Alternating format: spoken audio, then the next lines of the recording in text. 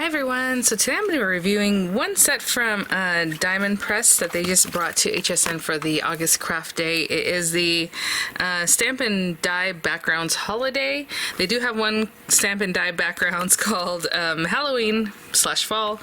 I'm going to review that in a different video. I brought it out because I thought, well, we'll put them together, but then in my mind I thought it'd pair together really well with No Bones About It, another Stamp and Die set, so I'm going to put that to the side for a subsequent video, for a follow-up video, but for today we're going to try this one out. So they did send these items free of charge for my review, and of course all opinions are my own, and any links in the description box will be affiliate links, which means I'll make a small commission if you purchase items to those links, so thank you for using those if you would like to.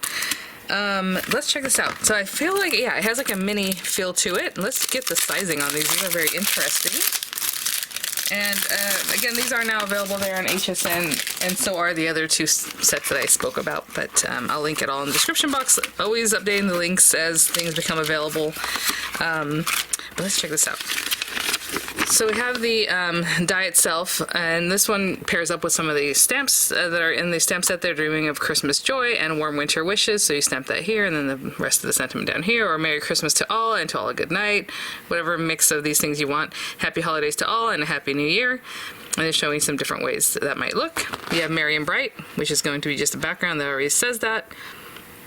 This one would be super cute to like piece in different colors, I think, for the lights. That'd be really sweet.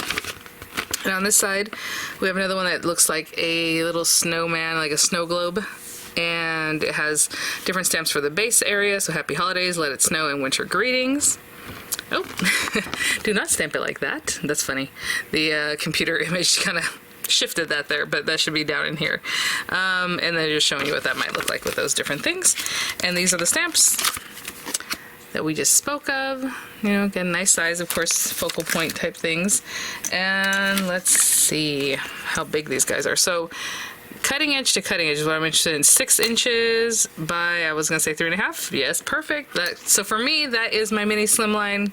Maybe for your mini slimline typically is something else, but generally it's just shorter than a slimline, and for me a slimline is 8.5 by 3.5, so these are 6 by 3.5, so it's just a little smaller, so I love that they made it exactly that size.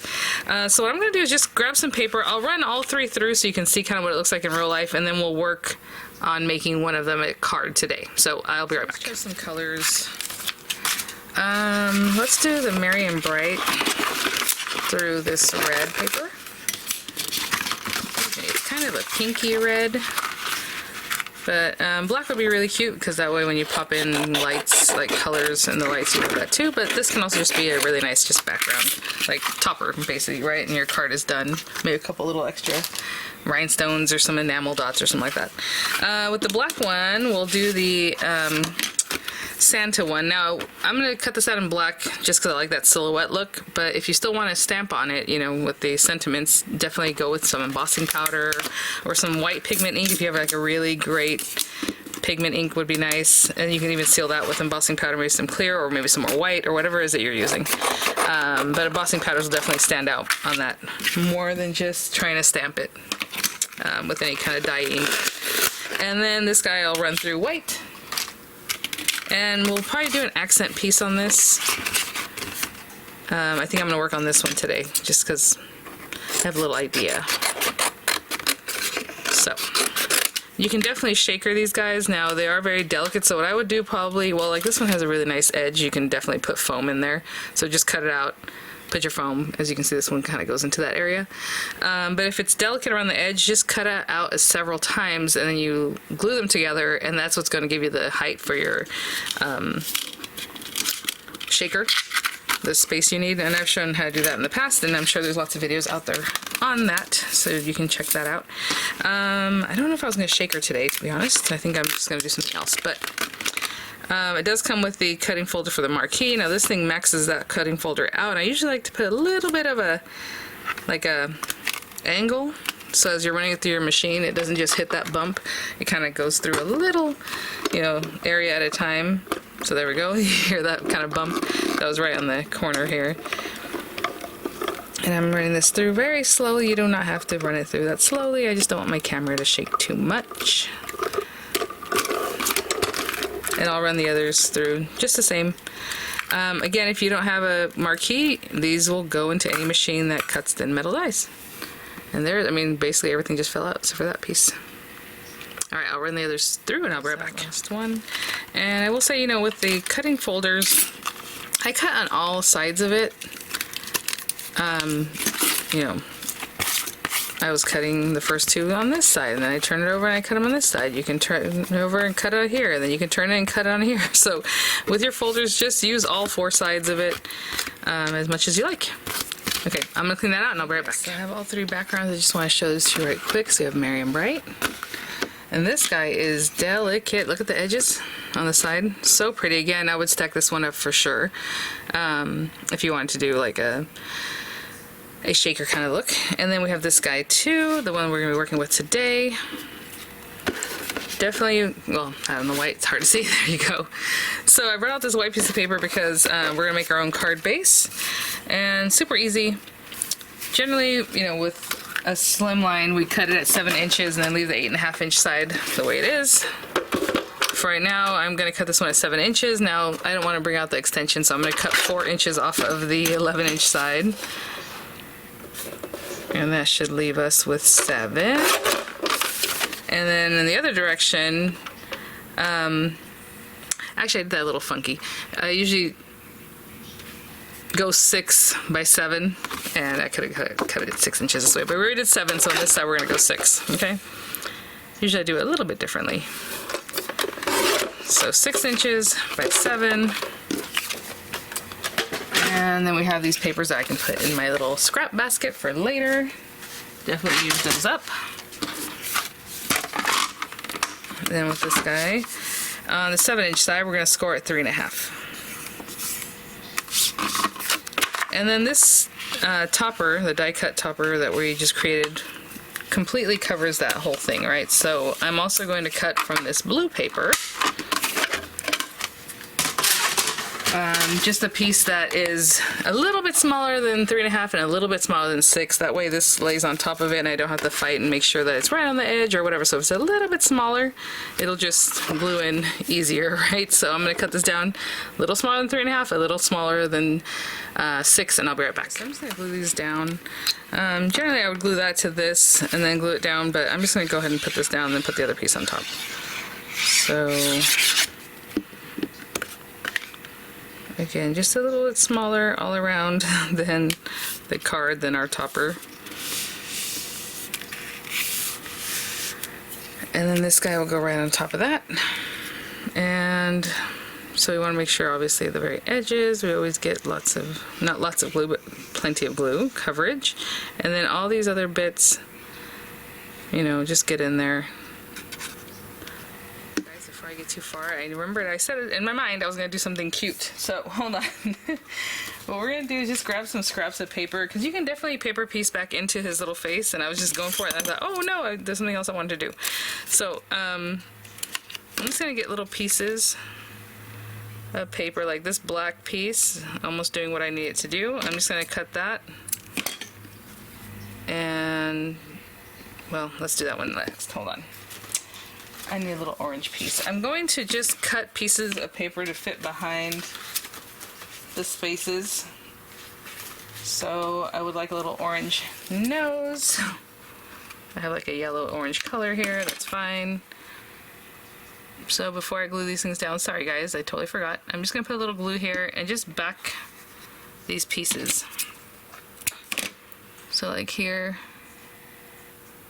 just putting that in for the little nose, making sure it's not covering the eye area, and this black piece that I just cut can just kind of fit back here behind his hat, making sure it's covering those little eyes and the very back of his hat. There we go. If something's sticking out, I'll cut it away later. Around his little mouth, I also want some black paper. I don't know why I got another scrap. I have plenty of scraps right here from die cutting earlier. Sorry guys, hopefully you can see what I'm doing. And then here all we're gonna do is place like that paper, and we can go a little further in with it because we already covered his nose, so I'm not afraid to like cover that part up. That's fine because the yellow's already there. Let me show you what I mean. The little orangey yellow's already there, and I'll snip away that little extra black piece that's sticking out. And then his little scarf, I was thinking about red. Do I have a red scrap here that I could use? It's kind of an interesting shape. No. Let's go ahead and cut a piece of red paper that'll fit back there. Possibly. I'm totally eyeballing this. I think I might be wrong. Let me see what I eyeballed. Oh my goodness. We are okay, but let me see if I can cut a little more off that. It fits right back there, and a little bit off of there, a little bit off of here. Good to go. All right, so that's just for his little red scarf. Okay. Sorry, guys. Look at that. Like, so quickly and easily he has some color to him. So I'm just going to snip off that little piece of black that was still kind of sticking out right here. Just in between there. Take off that littlest piece. And I think that's the only thing that's sticking out, really. Okay, now we can glue it down. See, guys, I have all these things running through my mind, and I was like, this is what I'm going to do, and then, oopsie. Good thing I use this glue because it takes a little while to set up, to dry, so that's still going to be good. And then I'm going to put a little glue on the back of my hand because these little snowflakes are pretty delicate. Just get some of that. Oh, and his little twig arms are very delicate. Oh, I just lost my scarf. Let's stick that back down. Let's stick that back down where it belongs. Up here, buddy. And like right there. Okay. Alright, and now this can just sit over this whole front because it covers the whole topper. So again, I'm using my diamond press glue. It gives me a minute to adjust if I need to, but that looks perfect. Okay, very well. Alright, I'm gonna hold it down for a few seconds. I'm gonna wash my hand off. Of course, you know, I'm gonna put something heavy on top, put a whole machine on top of that, and I'll be right back. Oh, it's just been a few minutes. Cute. Okay. Almost stuck it down there. So that's what we have right now. And you could have stamped right on there, but what I'm going to do is stamp on this cute purple color. I like that for wintry scenes. Why not? Something soft and cute like this one. Oh, you know what I was going to do first? Actually, I'm going to cut it out first, I think. We can stamp it and then cut it. I think it's probably easier to cut it first. So basically, I just want this area. So I'm going to make sure that area has enough paper.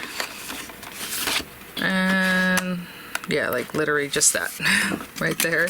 And I'm just going to run that through and I will be right back.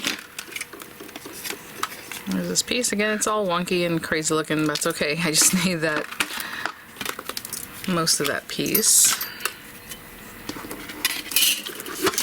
And I'm just going to set it up on this stamp positioner and I will be right back. Just taping. So this gorgeous piece here, and then maybe winter greetings. We have happy holidays, let it snow. Oh my goodness. Let's do winter greetings. And I'll probably go ahead and stamp it just in black. But I'm just kind of eyeballing where this is. Looking pretty good. Left and right. Something like that. Let me see the edges. Sure. Let's pick that up. Again, this is an acrylic stamp. If you want to do some heat embossing, that'd be nice. Add a little texture.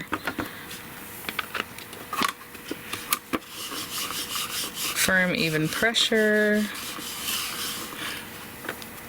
And that looks really wonderful. Alright, I'm going to clean that up and I'll be right back. So what we're going to do with this one is just cut some pieces away. Now, you can use a craft knife if you're handy with a craft knife. For me, I mean, you can cut it right across like this, but I'm going to try to follow the shape that it might have needed. So something like that, just right to where it cuts off. And then again, in here also just following that shape, kind of curved a little bit, right? I'll do the same thing on this side. Just following what I would believe to be the shape.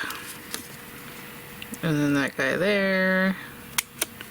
And just trimming away all these pieces. Again, just kind of following that curved shape as best I can.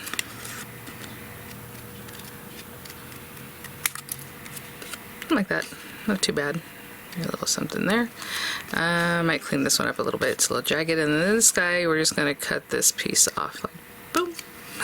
And there. Okay. And you know what? Let's go ahead and put some dimensionals on that. So I'm going to take a moment to put some larger dimensionals behind that and remove the carriers, and I'll be right back. Actually, I'll probably cut this up a little bit. And I will, again, be right back. Just some dimensionals back there, and just eyeballing a little bit higher up. It doesn't want to stick already on me. Boop, boop. Let's see. You know, I should eyeball it from here down. That'd be better. There you go. That's better. So we have a little dimension there, and then we have our little guy. He's a little bit colored in. I think that's really cute. And then just something cute here with the snowflake. Let me grab some rhinestones or some enamel dots, something like that. I'll be right back. See, because of the lighting and then everything I use is so white and light colored, but let's bring it in here. I just grabbed these rhinestones. I thought that'd be cute. Ooh, hold on. I was gonna go with these, but let's go with the blue. And I'm just gonna pop some of these in here. Mentioning rhinestones, the enamel dots are now available, or enamel shapes there on HSN, the new ones, the fall and winter ones, or fall and winter. Fall and Halloween, guys. So if you're waiting for those, they are now available, and like I said, I always update the links, so the new links are there with all that. So there it is, guys. Just a really quick, sweet background. We did a little extra, you know, paper, you know, cutting as far as this guy, but it didn't take very much just to trim that down. And those are the dies, and these are the pieces. And thank you so much, Die and Press, for sending these items for review. Keep an eye out for the Halloween set that'll be coming up shortly. I'll have images for you guys. I'll have the links coming up, and I will see you all at the next one. Bye now.